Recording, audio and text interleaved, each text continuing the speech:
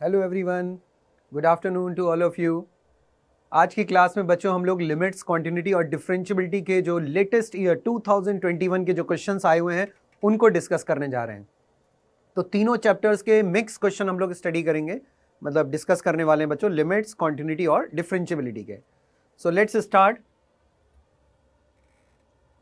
First question देखिएगा, बहुत ही simple question एक बच्चों पूछा गया था लिमिट्स पे बेस्ड।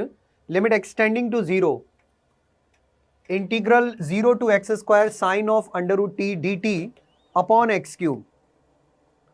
तो लिमिट्स का क्वेश्चन है बच्चों जिसमें हमें लेबनीड्स थ्योरम को इन्वॉल्व करना होगा। मैं थोड़ा सा लेबनीड्स के बारे में बता देता हूं आप लोगों को पहले, तो आप लोगों के लिए बहुत सिंपल हो जाएगा क्वेश्चन करना और एक आपको जनरल आइडिया भी हो जाएगा कि जब भी हमारे पास ऐसा कोई सिचुएशन आती है बच्चों कि जहां वेरिएबल लिमिट्स इन्वॉल्व हो इंटीग्रेशन के अंदर, तो लेबनीड्स का यूज करके हम डिफरेंशिएशन करते हैं। तो देखिए एक बार बच्चों समझ लीजिए इसको। जैसे सपोज कीजिए ऐसी सिचुएशन लिखी हुई है D by D X integral suppose G X to F X. कम से कम एक लिमिट बच्चों वेरिएबल होना जरूरी है, कम से कम एक लिमिट, है ना।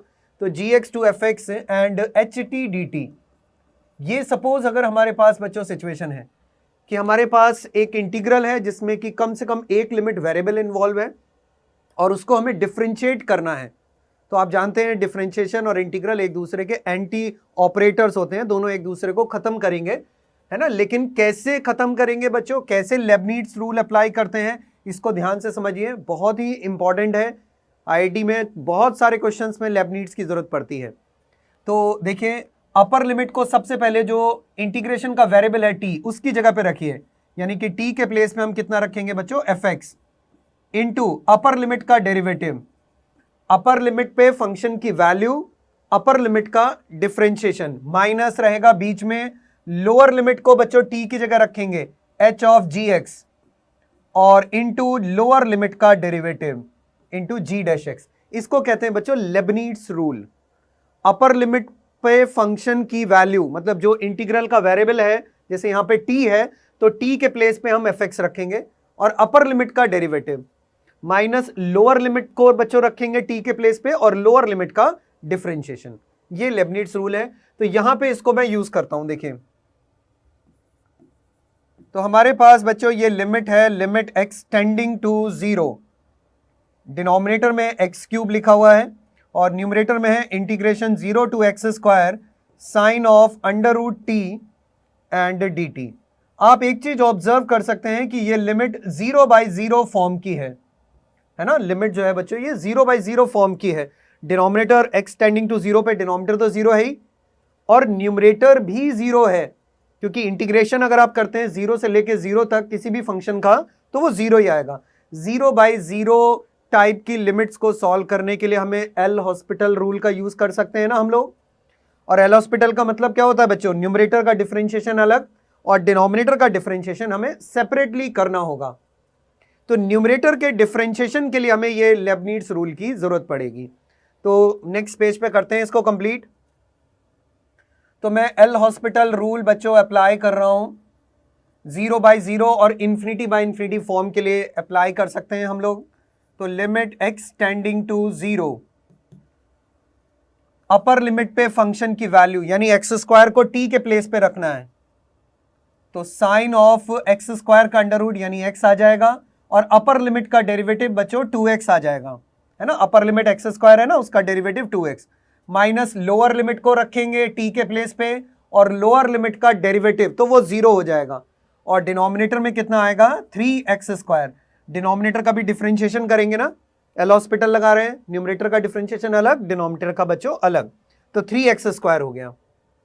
और इसके बाद देखिए एक x कैंसिल हो गया और ये तो बहुत ही सिंपल लिमिट है, स्टैंडर्ड फॉर्म लिखी हुई है 2/3 into sine x by x. तो इस लिमिट की वैल्यू हम लोग जानते हैं बच्चों 1 होगी, तो 2/3 इसका फाइनली हमें आंसर मिल जाएगा, राइट। तो सिंपल क्वेश्चन था बट आपको लेबनीड्स रूल आना चाहिए। 0/0 फॉर्म है, एल हॉस्पिटल लगाना है। ओके, नेक्स्ट क्वेश्चन पे आते हैं। नेक्स्ट देखिए क्वेश्चन है, let f is a function from r to r defined as f x is equal to x minus one greatest integer cos of 2x minus 1/2। Okay, और into में pi और है, इस चीज का थोड़ा ध्यान रखेंगे ना, पाई भी है यहाँ पे। Denotes the greatest integer function, then f is discontinuous only at x equal to 1, discontinuous at integral value except 1, continuous only at x equal to 1। मतलब हमें बेसिकली बच्चों इस फंक्शन की कॉन्टिन्यूटी को टेस्ट करना है कि कॉन्टिन्यूअस है या नहीं है। और आप ऑप्शन से ऑब्जर्व कर सकते हैं कि 1 को इन्वॉल्व किया गया है ना, सभी में 1 को इन्वॉल्व किया गया है। तो स्टार्ट करते हैं इसको, है ना। सबसे पहले काम यही करते हैं कि 1 पे ही इसकी कॉन्टिन्यूटी को टेस्ट करके देख लेते हैं, उसी से आपके काफी ऑप्शंस जो हैं वो इलिमिनेट हो जाएंगे। देखिए, जैसे सबसे पहले हमारे पास जो फंक्शन है वो है f x is equal to x minus 1 greatest integer cos of 2x minus 1 upon 2 into pi. ये हमारे पास एफ एक्स फंक्शन है। अगर हम थोड़ा सा सिंप्लीफाई और कर लें तो एफ एक्स फंक्शन हमारे लिए थोड़ा सिंपल हो जाएगा बच्चों। जैसे पाई से अंदर मल्टीप्लाई कर लीजिए, यानी ये बन जाएगा x माइनस 1 का ग्रेटेस्ट इंटीजर कॉस ऑफ, ये बनेगा बच्चों पाई x, ठीक है ना, पाई से अंदर मल्टीप्लाई कर लिया और 2 से भी डिवाइड कर दिया, माइनस पाई बाई 2। अब देखिए कॉस में माइनस का फर्क तो पड़ता नहीं है, तो cos 90 minus theta, cos 90 minus theta को आप लोग साइन थीटा लिख सकते हो, तो ये क्या बन जाएगा बच्चों, साइन बन जाएगा। तो नेक्स्ट पेज पे देखिए इसको, एफ एक्स फाइनली हमारे पास कितना आ गया, एफ एक्स आ गया x माइनस 1 का greatest integer and sign pi x, cos 90 minus theta कितना हो गया बच्चों, साइन थीटा के बराबर हो गया, तो ये साइन पाई x बन गया। अब हमें 1 पे इस फंक्शन की कॉन्टिन्यूटी को टेस्ट करना है, तो एट x इक्वल टू 1 पे सबसे पहले अगर हम वैल्यू ऑफ फंक्शन निकाल लें तो वो तो 0 ही आ जाएगी वैल्यू ऑफ फंक्शन। अब आप LHL और RHL को चेक करके देख लीजिए। अगर LHL चेक करते हैं, LHL का फॉर्मूला होता है limit h tending to 0 f of 1 minus h, ठीक है ना। 1 पे हम लोग चेक कर रहे हैं बच्चों LHL, तो 1 माइनस एच, तो limit h tending to 0, x के प्लेस पे 1 माइनस एच रखना है, तो 1 माइनस एच माइनस 1 का greatest integer and sine pi of 1 minus H. ये लिमिट बच्चों सिंप्लीफाई करनी है, लिमिट h टेंडिंग टू 0, 1 से 1 कैंसिल हो गया, माइनस h का ग्रेटेस्ट इंटीजर। जीआईएफ के अंदर कभी भी लिमिट तो रखेंगे नहीं, ये बात बिल्कुल क्लियर होनी चाहिए सभी को। तो माइनस h का ग्रेटेस्ट इंटीजर बच्चों हो गया -1, और यहां पे क्या लिखा हुआ है, sine of pi minus pi h। अगर अब हम लिमिट को रख दें, h को 0 रख दें, तो यहां साइन पाई बनेगा, साइन पाई मतलब बच्चों 0 होता है। तो आप देख रहे हैं LHL की वैल्यू भी क्या आ गई, 0 आ गई। और सेम यही RHL में भी सेम सिचुएशन बनेगी जब आप राइट हैंड लिमिट कैलकुलेट करेंगे।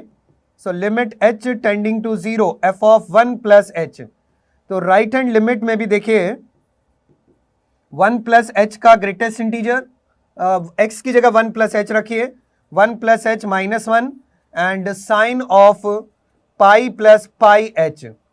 अब देखिए बच्चों ये 1 से 1 कैंसिल हो गया और h का ग्रेटेस्ट इंटीजर 0 होता है, तो ये भी 0 है, और लिमिट रखने पे साइन पाई बन रहा है, वो भी 0 है, मतलब ओवरऑल ये क्या आ गया, 0 आ गया। इसका मतलब LHL RHL और वैल्यू ऑफ फंक्शन सब आपस में इक्वल है, तो फंक्शन कॉन्टिन्यूअस हो गया x इक्वल टू 1 पे। तो आपने देखा फंक्शन को थोड़ा सा सिंप्लीफाई कर लिया अगर हम लोगों ने, तो काफी आसान क्वेश्चन जो है वो बन गया था, ठीक है ना। तो अब जरा इसके ऑप्शंस को देखते हैं। ये फर्स्ट ऑप्शन तो गलत हो गया, discontinuous x equal to 1, discontinuous at all integral value except 1। इसका मतलब हमें 1 के अलावा और भी जगहों पे चेक करना है, ठीक है ना। 1 के अलावा हमें और भी प्लेसेस पे चेक करना होगा। या देखिए सी ऑप्शन तो ठीक है ही, continuous only at x equal to 1, हमने 1 पे चेक किया। अगर हम बाकी इंटीजर्स पे चेक करके देख लेते हैं एक बार, ठीक है।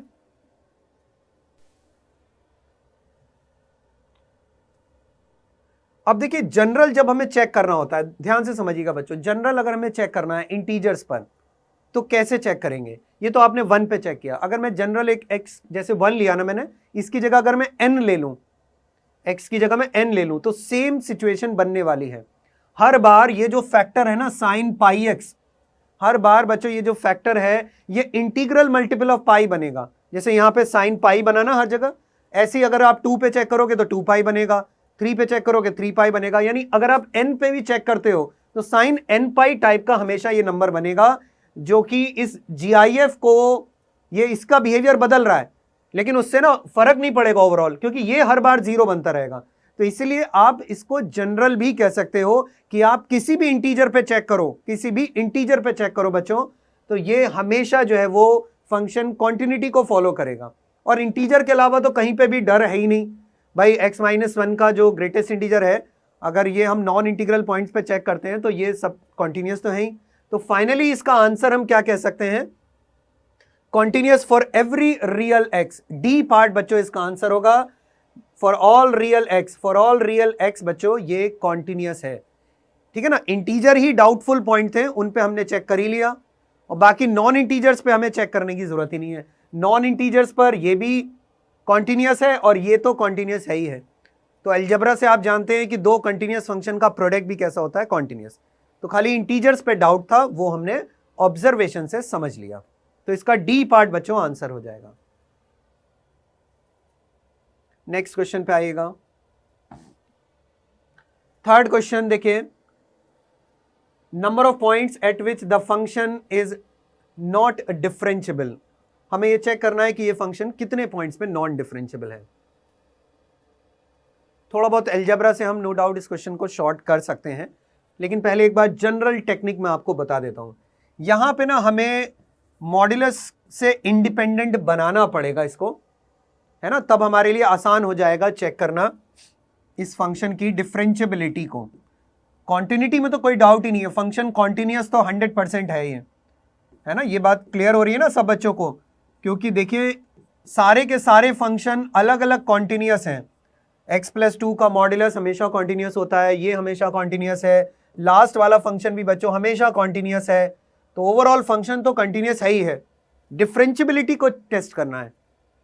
इसके फैक्टर भी कर लो, इसके फैक्टर क्या बन जाएंगे, x स्प्लिट करें मिडिल टर्म को तो 2x माइनस x, तो x+2, ठीक है ना। एक फैक्टर इसका आ गया x+2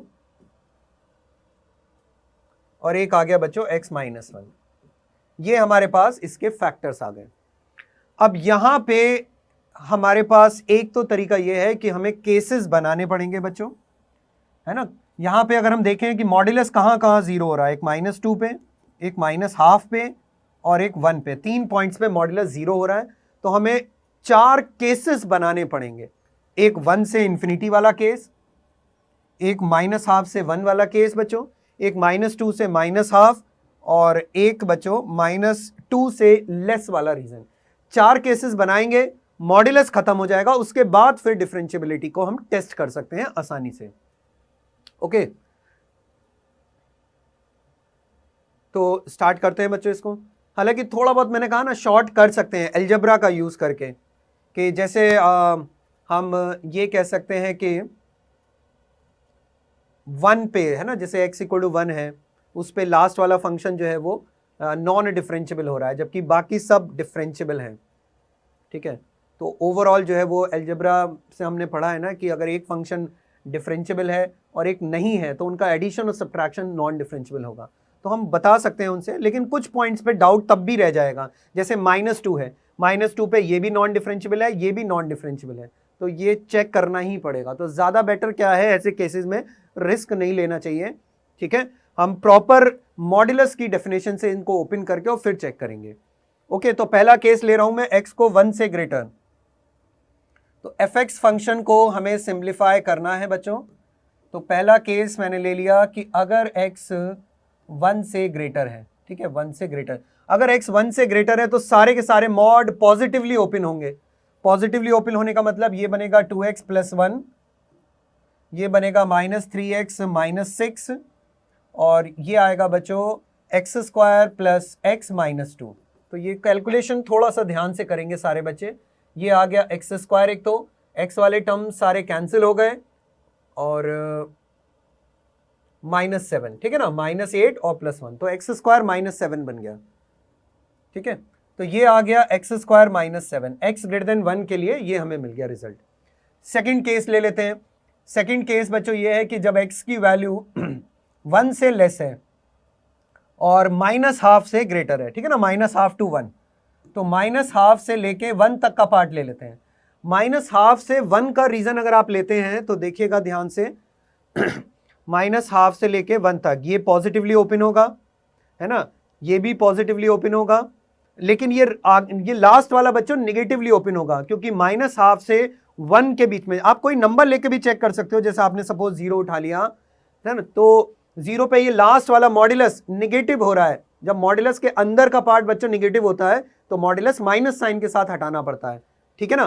तो इसलिए पहले दो तो पॉजिटिव ओपन होंगे, 2x + 1 और -3x - 6, लास्ट वाला बच्चों निगेटिवली ओपन होगा, तो -x² - x + 2, तो ये कितना बन जाएगा, -x² और माइनस का 2x, ओके, और ये -3 बच्चों, तो ये आ जाएगा -x² - 2x - 3, तो -x² - 2x - 3, ये हमारे पास बच्चों सेकंड केस आ गया। थर्ड केस अगर हम x को इस बार कंसीडर कर लें -2 से और -½ के बीच में, तो -2 से -½ है ना, ये वाला जो रीजन है, -2 से -½ जैसे आप कोई नंबर लेके भी इमेजिन कर सकते हो कि भाई जैसे -1 ले लिया, तो -1 पे क्या होगा, इस बार यहाँ पे रख के देखो, मॉड के अंदर निगेटिव आ रहा है, तो ये फर्स्ट वाला मॉड निगेटिवली ओपन होगा, ठीक है, सेकंड वाला बच्चों पॉजिटिवली रहेगा, और लास्ट वाले की बात करें तो वो भी निगेटिवली ओपन होगा। मतलब खाली फर्स्ट हमारे पास निगेटिव, सेकंड अभी भी पॉजिटिव है, और लास्ट वाला बच्चों, तो कैलकुलेशन वर्क थोड़ा ध्यान से करते रहेंगे इसके अंदर, है ना, ये हमारा रफ पार्ट है, तो मैं यहां पे लिख देता हूं थर्ड केस के लिए, -1 पे फर्स्ट वाला बच्चों ये निगेटिवली ओपन हो गया, सेकंड वाला एज इट इज रहेगा अभी भी -3x - 6, और जो लास्ट है वो भी क्या होगा, निगेटिवली ओपन होगा, तो -x² - x + 2, ये आ जाएगा। तो ये कितना हो गया, कैलकुलेट करो इसको, -x² और माइनस का 6x, ओके, और क्या बन गया बच्चों, ये -7 और -7 + 2 यानी कि -5 आ गया, तो -x² - 6x - 5, -x² - 6x - 5, थोड़ा कैलकुलेशन तो है, और इतना एक्सपेक्टेड भी है, जो लास्ट के 10 क्वेश्चंस आते हैं उनमें इतनी कैलकुलेशन तो आप एक्सपेक्ट करके चलिए बच्चों की, थोड़े से वो सब्जेक्टिव बिहेवियर के क्वेश्चंस आ ही रहे हैं, है ना। तो लास्ट केस देखते हैं बच्चों, जब x -2 से छोटा है, जब x -2 से छोटा है तो चारों के चारों ये हाँ, जितने भी हमारे पास ये फैक्टर्स मॉड्यूलस लिखा हुआ है, ये सब निगेटिवली ओपन होगा, तो ये सब निगेटिवली ओपन होना मतलब बच्चों 2x - 1, ये प्लस हो जाएगा 3x + 6, और ये देखो दोनों निगेटिव है, मतलब ओवरऑल पॉजिटिव ही रहेगा, तो x² + x - 2, तो ये आ गया, x² तो आएगा ही बच्चों, ठीक है ना, और 3x 4x, और तो प्लस का 2x आ गया और +3, तो x² + 2x + 3, तो ये हमारे पास फोर्थ वाला केस भी आ गया, तो x² + 2x + 3, तो ये फाइनली हमारे पास बच्चों fx फंक्शन आ गया, ओके। अब हमें करना क्या है इसके बाद हमें बस बच्चों इसका अब डिफरेंशियबिलिटी को टेस्ट करना है, इसकी डिफरेंशियबिलिटी को टेस्ट करना है, तो फंडामेंटल डेफिनेशन से भी कर सकते हैं, या दूसरा तरीका, हमें पता है बच्चों कि ये सब कंटिन्यूअस है फंक्शन, ये पूरा फंक्शन कंटिन्यूअस है, तो अगर मैं इसके इंडिविजुअल ब्रांचेस को डिफरेंशिएट कर दूं तो ये बन जाएगा 2x, ठीक है ना, for x > 1, and this will become -2x - 2 for x -½ to 1, and the third one become -2x - 6 for x lying between -2 to -½ और फोर्थ वाला बन जाएगा बच्चों 2x + 2 for x is less than equal to -2। अब हमारे लिए चेक करना बहुत ही सिंपल है, हम बेसिकली f' हमने निकाल लिया है, 1 पे चेक करके देखो, अगर मैं x की वैल्यू को 1 ऊपर वाली ब्रांच में रखता हूं तो क्या आएगा, 2 आएगा, जबकि इस वाली ब्रांच में रखेंगे तो -4 आ रहा है, क्लियर हो रहा है ना सबको, 1 को अपर वाले फंक्शन में रखते हैं यहाँ पे तो 2 आएगा, लेकिन इसमें रखेंगे, मतलब एक तरीके से हम LHD RHD चेक कर रहे हैं, लेफ्ट हैंड डेरिवेटिव और राइट हैंड डेरिवेटिव। तो राइट हैंड डेरिवेटिव तो 2 आ रहा है बच्चों, जबकि लेफ्ट हैंड डेरिवेटिव आएगा -4, तो 1 पे डिसकंटिन्यूअस है। तो डिसकंटिन्यूअस का पॉइंट पता चल गया हम लोगों को। एक तो x इक्वल टू कहां पे आ गया, 1 पे आ गया, राइट। अच्छा, ऐसे ही आगे चेक करते हैं, -12 पे चेक करो। -12 को अगर सेकंड वाली ब्रांच में रखेंगे, देखो चेक करके क्या आएगा, -12 पे, -12 रखने पे ये 1 बनेगा, -2 यानी -1 आ गया। और -12 अगर बच्चों इसमें रखेंगे तो नो डाउट डिफरेंट आ रहा है, नो डाउट डिफरेंट आ रहा है ये नंबर। तो LHD RHD यहां भी डिफरेंट है, तो -12 पे भी मतलब नॉन डिफरेंशियबिलिटी है। अब -2 पे चेक करो, -2 को अगर इस लास्ट वाले फंक्शन में रखते हैं बच्चों, -2 को रखते हैं तो ये बनेगा कितना, -2 आ रहा है। और -2 सबसे आखिर वाली ब्रांच में रखो, -4 + 2, अभी भी -2 आ रहा है। इसका मतलब -2 पे डिफरेंशियबिलिटी अकर कर रही है, -2 पे बच्चों डिफरेंशियबल है, ठीक है ना। तो डिसकंटिन्यूअस खाली 2 पॉइंट पे है, तीसरे पॉइंट पे, ठीक है, तीसरे पॉइंट पे हमें बच्चों ये डिफरेंशियबल मिल रहा है -2 पर। तो फाइनली इसका आंसर क्या हो गया, है ना, हमें नॉट डिफरेंशियबल बताना था। तो 2 पॉइंट्स हैं जिन पे कि ये नॉन डिफरेंशियबल है, एक पॉइंट पे बच्चों ये डिफरेंशियबल हो रहा है, ओके, -2 पे। तो जो वही मैं स्टार्टिंग में बात कह रहा था, -2 पे ये भी नॉन डिफरेंशियबल है, वो भी नॉन डिफरेंशियबल है, तो मे बी, है ना, कि ये डिफरेंशियबल आ सकते हैं। तो this is the I think proper way, जिसमें कि किसी तरीके का कोई डाउट का चांस नहीं है। फंक्शन को डिटेल से लिख के और फिर वहां से डिफरेंशियबिलिटी चेक कर लीजिए। तो 2 पॉइंट्स पे बच्चों ये फंक्शन डिसकंटिन्यूअस है, सॉरी नॉन डिफरेंशियबल है। हमें नॉन डिफरेंशियबिलिटी चेक करनी है ना, हाँ। तो डिसकंटिन्यूअस नहीं बच्चों, ये नॉन डिफरेंशियबल लिखेंगे, यहाँ पे क्या लिखेंगे, non differentiable. Non differentiability test कर रहे हैं हम लोग, ठीक है, नॉट डिसकंटिन्यूटी। ओके, तो नेक्स्ट क्वेश्चन पे आते हैं।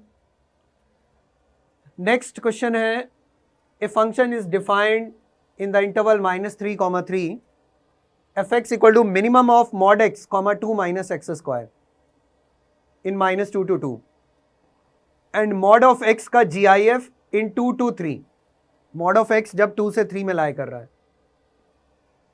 The number of points where f is non differentiable in -3 to 3, -3 से 3 में नॉन डिफरेंशियबिलिटी बच्चों टेस्ट करनी है। देखो पहली बात तो ये समझो, इस टाइप के जो क्वेश्चंस आते हैं जिनमें मिनिमम या मैक्सिमम इन्वॉल्व होता है, उनको करने का बेस्ट तरीका होता है ग्राफ, कि आप उनको ग्राफिकली करिए, ठीक है ना। दूसरा, mod ऑफ x 2 से 3 तक जा रहा है, तो जब mod ऑफ x 2 से 3 तक जा रहा है, इसका मतलब उसका GIF, उसके GIF की वैल्यू ये तो बच्चों कितना हो गया, 2 के बराबर ही हो गया। तो आप चाहो तो इसकी जगह सिंपली 2 लिख लो, कोई जरूरत नहीं है लिखने का, क्योंकि बिना वजह, है ना, थोड़ा देखने में ज्यादा खतरनाक लग रहा है। mod ऑफ x, उस पर भी GIF लगा दिया, तो हमारे पास जो fx फंक्शन है वो एक्चुअली कितना है, minimum of mod of x, 2 - x², ठीक है ना, ये है बच्चों। और इसकी जगह सीधा 2 लिख देता हूं, ये -2 से 2 में हमें ग्राफ बनाना होगा, और इसका ग्राफ mod x 2 से 3 तक है। mod x 2 से 3 का मतलब क्या हो गया बच्चों, कि x 2 to 3 बिलोंग कर रहा है, और -3 से -2 को भी बिलोंग कर रहा है। यानी अगर मैं इसको इंटरवल में लिखूं तो ये हो गया -3 से लेके -2 यूनियन 2 से लेके 3 तक, ये है। तो ये तो y = 2 है ना, लाइन बनेगी इस इंटरवल के अंदर। इसको बच्चों ड्रॉ करते हैं, स्टैंडर्ड कर्व्स हैं। mod ऑफ x आप जानते ही हो, mod ऑफ x का ग्राफ, ये ग्राफ हो गया बच्चों mod ऑफ x का। 2 - x² बनाना भी सिंपल है, पैराबोला है ना, पैराबोला है बच्चों। ये तो mod x हो गया, y = x², सारे बच्चे जानते हैं अपवर्ड पैराबोला होता है, -x² डाउनवर्ड हो जाएगा, उसमें भी 2 ऐड किया है तो 2 यूनिट ऊपर शिफ्ट हो जाएगा। तो 2 यूनिट ऊपर शिफ्ट होने का मतलब कि 2 - x² का ग्राफ बच्चों कुछ इस टाइप से बनेगा, ठीक है। नेक्स्ट पेज पे इन दोनों का ग्राफ एक साथ बनाते हैं और फिर मिनिमा डिसाइड करेंगे कि कहां मिनिमा मिलने वाला है, ओके। तो नेक्स्ट पेज पे करते हैं इसको। तो सबसे पहला काम, दोनों का ग्राफ एक साथ बना लेते हैं।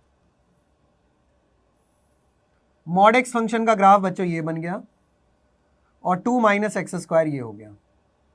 ये सारे पॉइंट्स थोड़ा सा देख लेंगे, ये इंपॉर्टेंट है। y equal to 2 minus x, जैसे ये तो हमारे पास ये हाइट हो गई 0,2, ठीक है, ये हाइट 0,2 हो गई।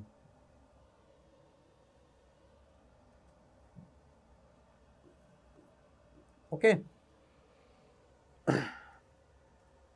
y equal to 2 minus x square है। अगर y को 0 रखते हैं तो ये पॉइंट √2 आ रहा है, ये -√2 आ रहा है, ठीक है, ये पॉइंट बच्चों √2 -√2 है। ये y equal to x line है। सॉल्व करना चाहें तो हम लोग कर सकते हैं सॉल्व इसको पैराबोला के साथ, है ना, तो हमें ये सारे पॉइंट्स वगैरह पता चल जाएंगे। ये जो पॉइंट है तो y equal to 2 minus x square, तो क्लियर दिखाई दे रहा है कि ये 1,1 पॉइंट आएगा, है ना। दोनों को सॉल्व करके आप लोग आसानी से चेक कर सकते हो। ये पॉइंट 1 है, ये वाला पॉइंट भी कितना है, -1 है। तो काफ़ी हद तक पिक्चर क्लियर हो गई। अब समझिएगा इसके आगे, है ना, 2 बच्चों इसके आगे कहीं होगा और 3 और आगे यहाँ पे है। ऐसे ही -2 इधर है बच्चों और -3 भी इधर है। अब सबसे पहले तो हमें मिनिमा का ग्राफ चाहिए।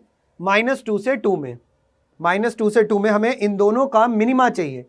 मिनिमा का मतलब -2 से लेके 2 तक जो भी नीचे है उसको हमें कंसीडर करना है। मिनिमा का मतलब बच्चों जो भी नीचे होगा उसको हमें कंसीडर करना होगा। जैसे देखो 1 तक कौन बच्चों, 1 तक आप ऑब्जर्व करो, मैं ऐसे करके डॉट्स बना रहा हूं, ये शेड कर रहा हूं बच्चों। 1 तक तो पैराबोला मिनिमम है। 1 के बाद फिर मॉड एक्स का ग्राफ बच्चों मिनिमम है ना, जो नीचे होगा वो मिनिमम होगा बच्चों, और फिर उसके बाद फिर से पैराबोला मिनिमम है। तो यानी कि ये इस टाइप से एम टाइप का थोड़ा शेप का हमें मिनिमा का ग्राफ मिल गया, राइट। तो इस ग्राफ को मैं अलग से बना देता हूं इंडिपेंडेंटली। तो हमारे पास बच्चों ये ग्राफ इस टाइप का बन गया,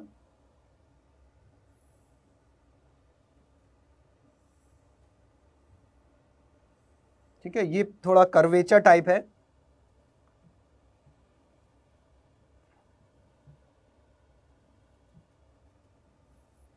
ओके, तो ये हो गया बच्चों कितना, ये 2 तक जा रहा है, ठीक है, इसका ध्यान रखेंगे, ये 2 तक जा रहा है बच्चों। और ये पॉइंट 1 है, ये पॉइंट 0 है, ये पॉइंट -1 है, ये -√2 है, और ये -2 तक जा रहा है। तो ये तो हो गया मिनिमा का ग्राफ। साथ में 2 से लेके 3 तक हमें y इक्वल टू 2 भी लाइन बनानी है। 2 से लेके 3 तक हमें बच्चों, और -3 से -2 में भी बनानी है। तो 2 से लेके 3 तक अगर हम लाइन बनाते हैं तो इस टाइप की लाइन आएगी, और इधर भी बनाते हैं बच्चों तो ये लाइन आएगी। ये हमारे पास ओवरऑल ग्राफ बन गया। अब हमें बस ये चेक करना है कि ये ग्राफ कहाँ कहाँ नॉन डिफरेंशिएबल है। तो आप लोग जानते हैं बच्चों नॉन डिफरेंशिएबिलिटी के 2 रीजंस होते हैं। पहला शार्प एज, जहाँ भी फंक्शन टर्न लेता है, सडन टर्न लेता है, और दूसरा डिसकंटिन्यूटी। तो आप नोटिस कर सकते हैं कि एक तो 0 पर आप देख सकते हो बच्चों, एक तो x इक्वल टू 0 पे शार्प एज है ना, शार्प एज बन रही है। 1 पे भी शार्प एज है, -1 पे भी शार्प एज है। इसके अलावा 2 पे और -2 पे डिसकंटिन्यूटी हो रही है।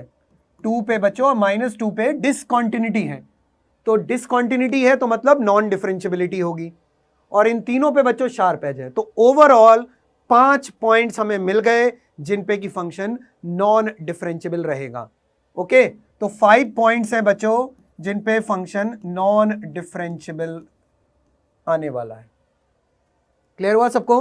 तो इसका आंसर हमारे पास क्या हो गया? ओके, अच्छा इंटीजर टाइप है, मतलब हमें आंसर्स फिल करने हैं। तो 5 पॉइंट्स हैं बच्चों जिन पे कि ये नॉन डिफरेंशिएबल होगा। क्लियर ना? तो जनरल टेक्निक याद रखिए, मिनिमा मैक्सिमा वाले जितने भी क्वेश्चंस होते हैं उनमें हमें ग्राफिकली अगर उनको हम अप्रोच करें तो बेस्ट रहता है। आइए नेक्स्ट क्वेश्चन पे चलते हैं। नेक्स्ट सिंपल क्वेश्चन है बच्चों लिमिट का।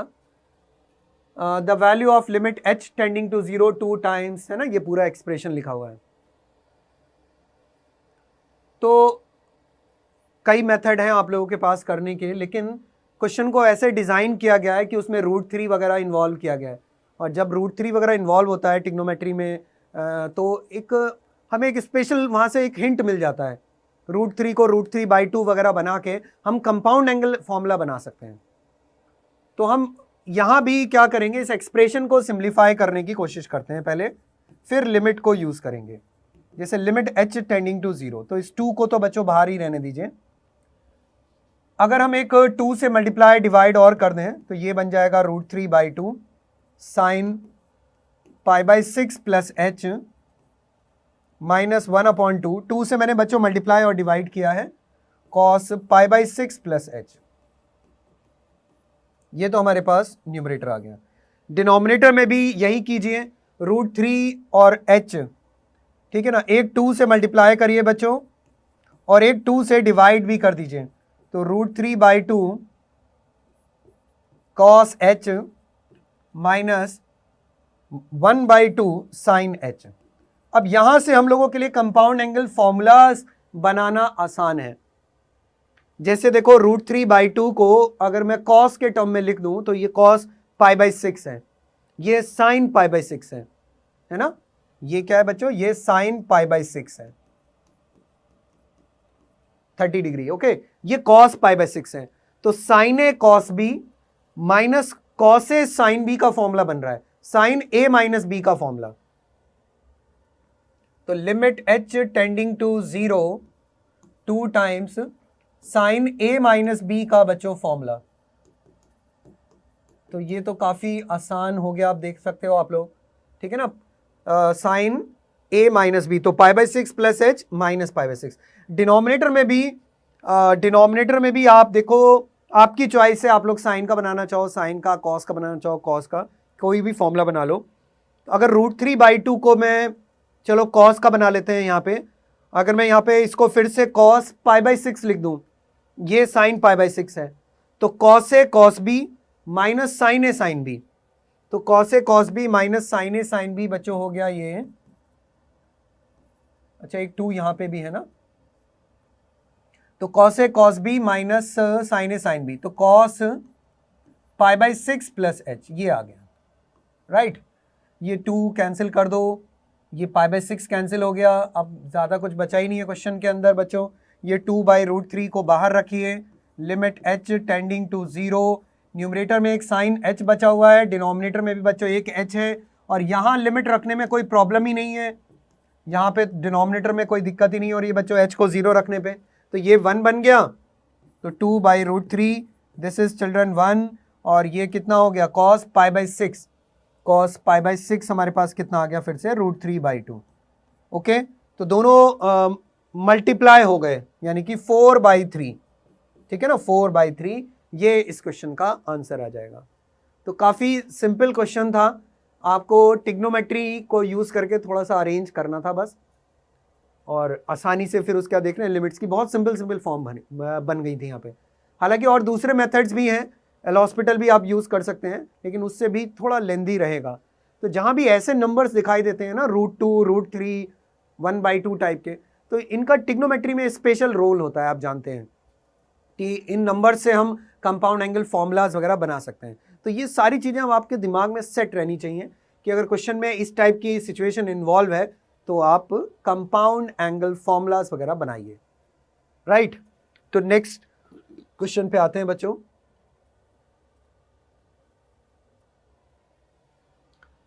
नेक्स्ट क्वेश्चन है, let f is a function from r to r, fx equal to this, if fx is continuous on r, fx function बच्चों कॉन्टिन्यूस दिया हुआ है पूरी रियल लाइन पे, देन a प्लस b, ठीक है, पूरी रियल लाइन पे कॉन्टिन्यूस दिया हुआ है, इसका मतलब -1 पे भी कॉन्टिन्यूस है और 1 पे भी कॉन्टिन्यूस है, तो a plus b find out करना है। तो कॉन्टिन्यूस दिया हुआ है, इसका मतलब क्या हुआ कि जैसे -1 की मैं बात करूं, अगर -1 की मैं बात करूं तो -1 पे बच्चों वैल्यू ऑफ फंक्शन है ना, वैल्यू ऑफ फंक्शन कहां से मिलेगी, यहां पे x को -1, मिडिल वाली ब्रांच में x को -1 रखने पे मिलेगी। वैल्यू ऑफ फंक्शन LHL के बराबर होगा, है ना बच्चों, LHL के, लेफ्ट हैंड लिमिट के। RHL भी यूज कर सकते हैं, बट RHL से कोई फायदा नहीं होगा, -1 पे वैल्यू ऑफ फंक्शन और RHL दोनों सेम ही हो जाएंगे, तो LHL को इन्वॉल्व कर लो। तो -1 कैलकुलेट करो बच्चों, क्या आएगा, a -1 plus B, A minus one plus B आ जाएगा। LHL सॉल्व करते हैं -1 पे, तो LHL आप h वाली डेफिनेशन यूज करके भी कर सकते हो, limit h tending to 0 f of -1 minus h, ये LHL की डेफिनेशन होती है ना, -1 पे चेक करना है हमें। तो a plus b -1 modulus is equal to limit h tending to 0। जरा फंक्शन में बच्चों x की जगह -1 माइनस h रखिए यहाँ पर, तो 2 साइन माइनस तो ऑलरेडी वहां माइनस है, खत्म ही हो जाएगा, π/2 1 प्लस h, ये आ जाएगा, राइट। ये हमारे पास बन गया। और अब अगर हम h को यहां पे 0 रख दें तो a प्लस बी -1 हमारे पास इक्वल आ गया, h को 0 रखने पे ये कितना आ गया बच्चों, 2 के बराबर आ गया। ओके, a प्लस बी -1 की वैल्यू हमारे पास 2 के इक्वल आ गई। अब यहां से मॉड्यूलस अगर हटाते हैं तो a प्लस बी -1 2 हो सकता है, -2 हो सकता है, यानी a प्लस बी की वैल्यू एक 3 भी आ सकती है बच्चों, -1 भी आ सकती है ना। अब इन दोनों में फाइट है। अब देखते हैं, अब 1 पे और देखो, अब बच्चों 1 पे और चेक करो, 1 पे भी वैल्यू ऑफ फंक्शन देखो और RHL देखो, RHL में लास्ट वाली ब्रांच इन्वॉल्व होगी ना। तो 1 पे देखते हैं अब, एट x इक्वल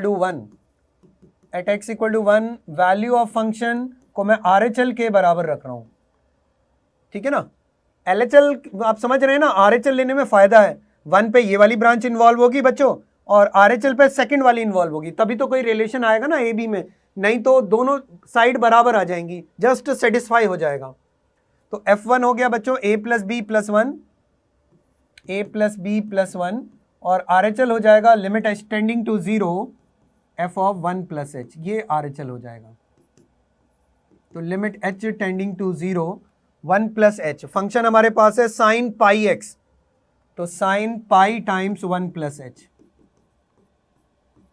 h को 0 रखते हैं तो ये 0 आ जाएगा, a प्लस बी प्लस 1, ठीक है ना, इक्वल टू 0। और यहां से a प्लस बी प्लस 1 0 के बराबर है, इसका मतलब बच्चों a प्लस बी की वैल्यू -1 के इक्वल होगी। तो a प्लस बी एक्चुअली -1 के बराबर होना चाहिए, तभी दोनों बातें ट्रू होंगी। तो ये 3 वाला केस हमें छोड़ना होगा बच्चों, a प्लस बी को हमें -1 लेना पड़ेगा, क्योंकि हमें पूरी रियल लाइन पे फंक्शन को कॉन्टिन्यूअस बनाना है, ठीक है ना। तो इसलिए -1 और 1 पे जो कंडीशन आ रही है दोनों को सेटिस्फाई कर रहा है a प्लस बी -1। ओके, तो ये इसका आंसर होगा -1। नेक्स्ट क्वेश्चन पे आते हैं अब।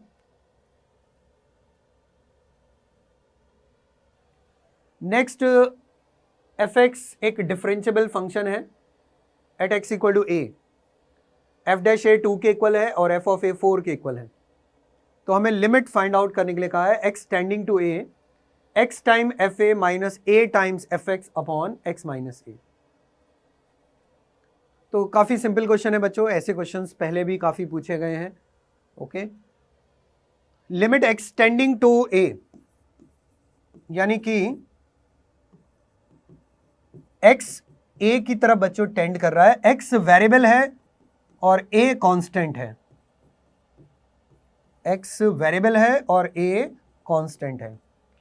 अगर फॉर्म चेक करें, x की वैल्यू अगर मैं a रखूं तो डिनोमिनेटर 0 और न्यूमरेटर चेक करो, अगर x की जगह a रखते हैं तो AFA माइनस AFA वो भी 0।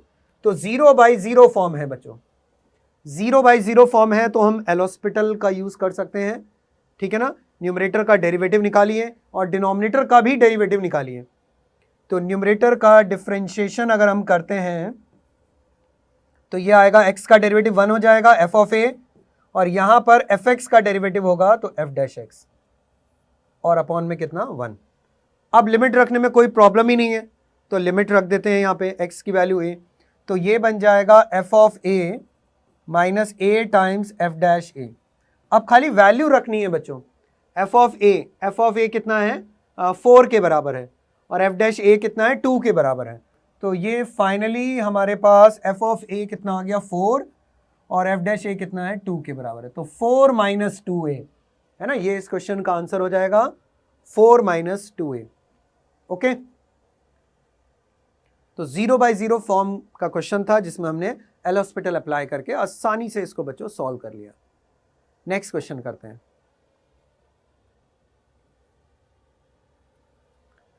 Next, limit x tending to 0 a e raise to power x minus b cos x plus c e की power minus x upon x sin x is equal to 2।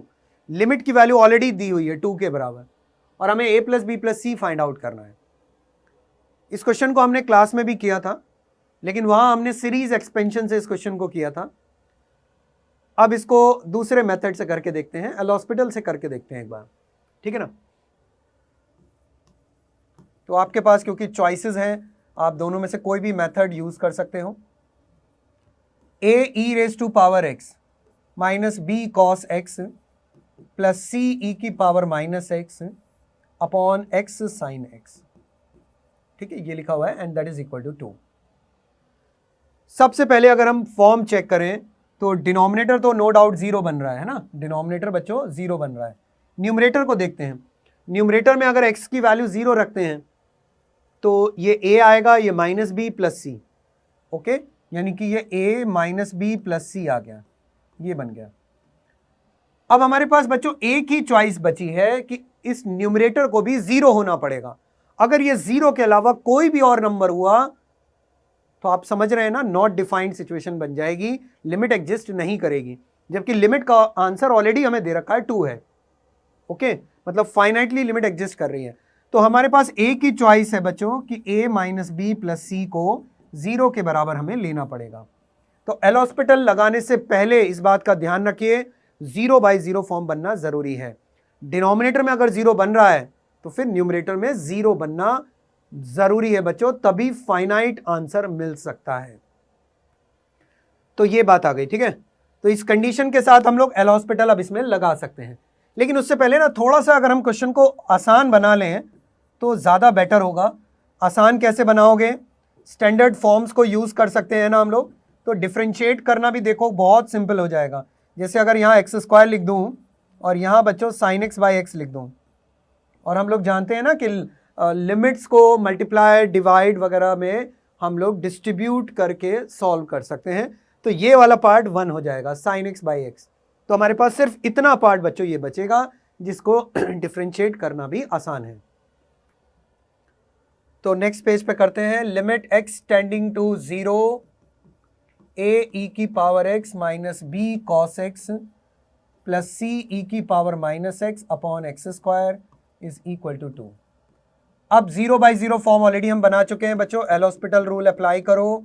तो numerator का differentiation a e की power x plus b sine x minus c e की power minus x, और denominator का बच्चों 2x हो गया इक्वल टू 2, ठीक है, ये आ गया। फॉर्म चेक कीजिए फिर से, डिनोमिनेटर तो अभी भी 0 बन रहा है, बट न्यूमरेटर में कितना आ रहा है? न्यूमरेटर में आ रहा है a माइनस सी। इसका मतलब a की पॉसिबिलिटी है बच्चों a माइनस सी को भी 0 होना पड़ेगा, a माइनस सी को भी 0 होना पड़ेगा। तो इस कंडीशन के साथ एक बार आप और डिफरेंशिएट कर सकते हो, एक बार आप और एल हॉस्पिटल लगा सकते हो।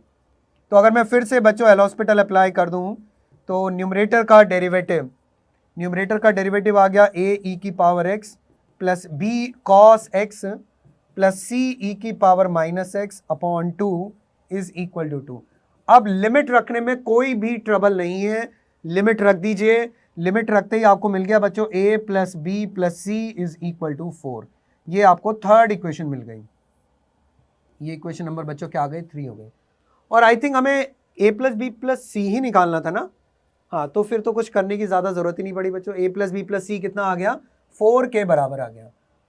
अगर ए बी सी पूछे होते तो आपके पास 3 इक्वेशंस आई हैं, इन 3 इक्वेशंस को सॉल्व करके आपको ए बी सी कैलकुलेट करना पड़ता, करेक्ट। तो फाइनली इसका आंसर बच्चों 4 आ गया, जो हमने एल हॉस्पिटल से इसको सॉल्व किया है। और सीरीज एक्सपेंशन भी आपके पास एक तरीका था, वो भी आप यूज कर सकते थे। नेक्स्ट बड़ा इंटरेस्टिंग क्वेश्चन है। एक फंक्शन दिया गया है cos inverse 1 minus fractional part of X का square sine inverse 1 minus fractional part of X upon fractional part of X minus fractional part of X का cube, and when x equal to 0 it is alpha, is continuous at x equal to 0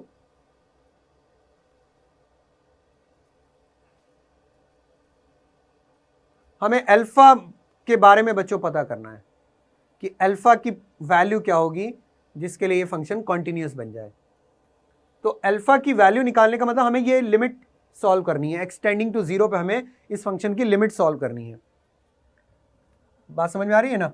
हमें मतलब f0 is equal to बच्चों limit x tending to 0 और fx, ये हमें बच्चों solve करना है। यहां से हमें अल्फा पता चलेगा। अब लेकिन ना फ्रैक्शनल पार्ट इन्वॉल्व है, तो फ्रैक्शनल पार्ट इन्वॉल्व है ना, तो उसको हटाना ही ज़्यादा बेहतर रहेगा, है ना, फ्रैक्शनल पार्ट को। तो यहाँ पे भी हम LHL RHL इन्वॉल्व कर सकते हैं ना, तो LHL और RHL इन्वॉल्व करके इसको सॉल्व करने की कोशिश करते हैं। f0 तो अल्फा है ही, जो LHL आएगा या जो RHL आएगा वही अल्फा के बराबर होगा। क्लियर है ना, जो भी वैल्यू आएगी। लेकिन ना ये बड़ा ही डाउटफुल सी सिचुएशन है बच्चों, क्योंकि जब फ्रैक्शनल पार्ट वगैरह इन्वॉल्व होते हैं ना, तो LHL RHL दोनों चेक कर लेने चाहिए कि कहीं पता चला दोनों ही अनइक्वल हो तो कोई अल्फा एग्जिस्ट ही ना करे, है ना। ऐसी भी चालाकी कर सकते हैं क्योंकि एक ऑप्शन दिया हुआ है नो सच अल्फा एग्जिस्ट, तो इसलिए दोनों को कैलकुलेट करके देख लेते हैं। अच्छा, fractional part of x, fractional part of x बच्चों होता है x minus greatest integer of x के बराबर, करेक्ट। अब हम 0 पे अगर RHL चेक करेंगे, तो चलो पहले RHL चेक करते हैं। RHL का मतलब हो गया limit h tending to 0 f of 0 plus h, यानी हर जगह x की जगह हमें 0 प्लस h रखना होगा। या आप डायरेक्ट ये देखिए, यहां से आप यहां से बोल सकते हैं कि सीधा सीधा जहां भी फ्रैक्शनल पार्ट ऑफ x आ रहा है उसकी जगह पे हम h रख सकते हैं, क्योंकि h का फ्रैक्शनल पार्ट कितना हो जाएगा, h के बराबर हो जाएगा। तो फ्रैक्शनल पार्ट ऑफ h कितना होगा बच्चों, h के बराबर होगा। तो सॉल्व करिए बच्चों इस लिमिट को, तो लिमिट h टेंडिंग टू 0, जहां जहां फ्रैक्शनल पार्ट है उसकी जगह h रख दीजिए। तो cos inverse 1 minus h square sine inverse 1 minus H upon h minus H cube. अब ये लिमिट सॉल्व करनी पड़ेगी। नेक्स्ट पेज पे सॉल्व करते हैं इसको। डिनोमिनेटर में h कॉमन आ रहा है और फैक्टर किए जा सकते हैं। तो हमारे पास RHL की वैल्यू हो गई बच्चों limit h tending to 0 cos inverse 1 minus h square sine inverse 1 minus h, ठीक है ना। और डिनोमिनेटर में है h 1 minus h 1 plus h, h 1 minus h और 1 प्लस एच, ये है, ठीक है ना, ये एक्सप्रेशन है। अब यहां पे ना आपको ये देखना है कि कौन से फंक्शन है जिनसे की प्रॉब्लम हो रही है, वो हमें देखना है, और कौन से ऐसे हैं जिनमें लिमिट रखने में कोई परेशानी नहीं है, उनको अलग ही करना बेहतर है बच्चों। जैसे अगर मैं h को 0 रखता हूं तो इन दोनों को कोई प्रॉब्लम नहीं है बच्चों, 1 माइनस एच को भी 1 प्लस एच को भी, ना साइन इनवर्स को कोई प्रॉब्लम है। h को 0 रखेंगे तो साइन इनवर्स 1 बनेगा विच इज π/2, तो कोई प्रॉब्लम नहीं है। तो ये जो पार्ट है बच्चों, इस पार्ट की लिमिट को हम आसानी से वैल्यू रख के, डायरेक्ट वैल्यू रख के सॉल्व कर सकते हैं। ये सब गलती मत कर देना, sign inverse 1 minus H upon 1 minus H को 1 कर दिया, है ना, ये बिल्कुल नहीं कर देना। जब तक 0/0 फॉर्म ना हो तब तक 1 नहीं होगा वो। तो इतने पार्ट की लिमिट हम अलग सॉल्व कर लेंगे। अच्छा, ये h टेंडिंग टू 0 पे h 0 बन रहा है और cos इनवर्स 1 भी क्या बन रहा है, 0 बन रहा है। इसका मतलब ये 0/0 फॉर्म है। तो हमें खाली इतने पे फोकस करना है। अब हमें बच्चों इतने पे फोकस करना है। ये तो ठीक है, इसकी वैल्यू तो रखना चाहो अभी रख दो, π/2 हो गया, नीचे 1 हो गया। अब ये चैलेंज है बच्चों, इस लिमिट को कैसे सॉल्व किया जाए, ठीक है। तो दो तरीके हैं इसके, या तो सब्स्टिट्यूशन से करना पड़ेगा कि 1 माइनस एच स्क्वायर को कुछ कॉस थीटा टाइप का मान लो, है ना, और फिर टिग्नोमेट्री में ले जाके इसकी लिमिट को सॉल्व करो, या फिर 0/0 फॉर्म है, एल हॉस्पिटल भी लगा सकते हो। तो दोनों में से किसी भी तरीके से बच्चों इस क्वेश्चन को किया जा सकता है। अगर एल हॉस्पिटल लगाते हैं तो कॉस इनवर्स का डेरिवेटिव, कॉस इनवर्स का डेरिवेटिव होता है बच्चों 1/1 माइनस एक्स स्क्वायर का अंडर रूट, और इतने पार्ट का द्वारा से होगा माइनस का 2h। डिनोमिनेटर में बच्चों कितना हो जाएगा, 1 हो जाएगा, और ये तो π/2 बन गया। ये लिमिट अब सॉल्व करनी है, ओके। माइनस माइनस प्लस हो गया, 2 कैंसिल हो गया, तो ये बन गया limit h tending to 0 h upon, अगर ये परफेक्ट स्क्वायर ओपन कर दें परफेक्ट स्क्वायर ओपन कर दें तो ये बनेगा h की पावर 4 निगेटिव और हाँ 2h² माइनस h की पावर 4 ऐसे आएगा बच्चों परफेक्ट स्क्वायर ओपन करने पे। अब यहाँ से बड़े आराम से एक h² कॉमन आ सकता है, मतलब h से h भी कैंसिल हो जाएगा, तो ये लिमिट सॉल्व हो गई फाइनली। तो limit h tending to 0 h upon h into 2 minus h² का अंडर रूट इंटू π/2 ये कैंसिल हो गया बच्चों। और ये अच्छा 2 भी हमने 2 भी कैंसिल कर दिया था, तो ये थोड़ा ध्यान रखेंगे कैलकुलेशन में एरर ना हो जाए। यहाँ पे हमने ना 2 से 2 भी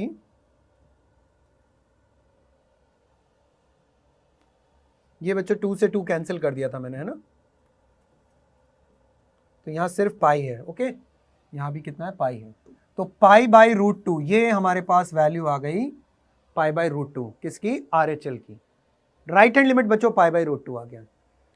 अब लेकिन ट्रस्ट नहीं करना है, LHL भी कैलकुलेट करके देख लो, ये नहीं कि देखते ही इसको आंसर ट्रिक कर दिया π/√2, है ना। तो इसलिए एक बार LHL भी चेक कर लेते हैं कितना आएगा। जब LHL निकालेंगे, ठीक है ना, तो करें बच्चों आगे। जब LHL निकालेंगे बच्चों तो LHL में बनेगा limit h tending to 0 f of 0 minus h, right. तो माइनस h का फ्रैक्शनल पार्ट, माइनस h का फ्रैक्शनल पार्ट कितना हो जाएगा, है ना, डेफिनेशन से लिख लेते हैं माइनस h और माइनस h का ग्रेटेस्ट इंटीजर -1 +1 यानी कि 1 माइनस h, यह आएगा बच्चों 1 माइनस h के बराबर। तो जो हमारे पास क्वेश्चन है बच्चों उसमें फ्रैक्शनल पार्ट की जगह पे 1 माइनस h रख के अब हमें आगे सॉल्व करना है। तो करते हैं इसको, नेक्स्ट पेज पे करते हैं ना। तो LHL की वैल्यू आ गई limit h tending to 0 cos inverse 1 minus कितना हो गया 1 माइनस h, 1 माइनस h का होल स्क्वायर ये आ जाएगा। और साइन इनवर्स के साथ 1 माइनस फ्रैक्शनल पार्ट है, sine inverse 1 minus 1 plus h हो जाएगा और डिनोमिनेटर में 1 minus h minus 1 minus h का होल क्यूब ये आ गया। अब ये लिमिट सॉल्व करनी है, ये कैंसिल हो गया। थोड़ा सिंप्लीफाई करते हैं इसको, limit h tending to 0 perfect square अगर ओपन कर दें तो ये बन जाएगा cos inverse 2h, perfect square open करेंगे 1 से 1 कैंसिल हो जाएगा और माइनस का h² और प्लस का 2h ये आ जाएगा बच्चों। ये साइन इनवर्स h बनेगा। डिनोमिनेटर में भी 1 माइनस h को बाहर कॉमन लिया जा सकता है ना, 1 माइनस h कॉमन अगर लेते हैं तो ये बचेगा 1 माइनस h का होल स्क्वायर। इस बार देखो किस किस से खतरा नहीं है, इससे कोई खतरा नहीं है 1 माइनस h से, इससे बच्चों कोई खतरा नहीं है, कॉस इनवर्स 0, कॉस इनवर्स 0 1 होता है, ठीक है ना। ये प्रॉब्लम कर रहा है क्योंकि ये अभी 0 बन रहा है। इसको थोड़ा और सॉल्व करो, परफेक्ट स्क्वायर ओपन करो, तो इन दोनों से कोई खतरा नहीं है। चाहो तो यहाँ लिमिट भी रख दो, ठीक है ना, कॉस इनवर्स 0 1 होता है, नीचे भी 1 हो गया, तो आपके पास बचा हुआ है limit h tending to 0 sine inverse h, ठीक है, साइन इनवर्स h और एक मिनट डिनोमिनेटर में कितना है हमारे पास,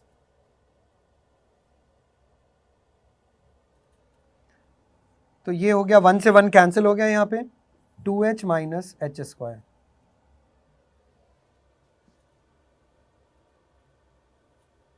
करेक्ट।